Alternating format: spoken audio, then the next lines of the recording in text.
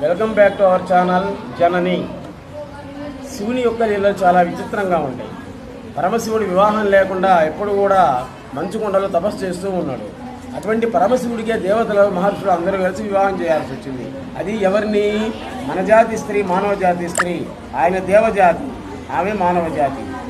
అంటే inter caste marriage అన్నమాట. ఎందువల్ల జరిగిందంటే వాళ్ళిద్దరికీ జన్మించినటువంటి వాడు కుమారస్వామి. కుమారస్వామికి రెండు లక్షణాలు ఉంటాయి, మానవ జాతి లక్షణాలు, దేవజాతి లక్షణాలు. అటువంటి వాడు మాత్రమే తారకాసురుని చంపాలి. అందుకో జరిగిందన్నమాట.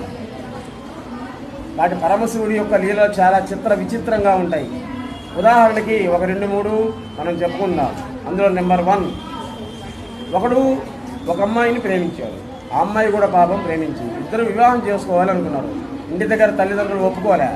అందుకని ఆ అమ్మాయి ఏం చెప్పింది, మన ఊరి చివర పాడుపడినటువంటి శివాలయం ఉంది, అక్కడికి రమ్మని, అక్కడ కలుసుకుందాం, మాట్లాడుకుందాం రమ్మని.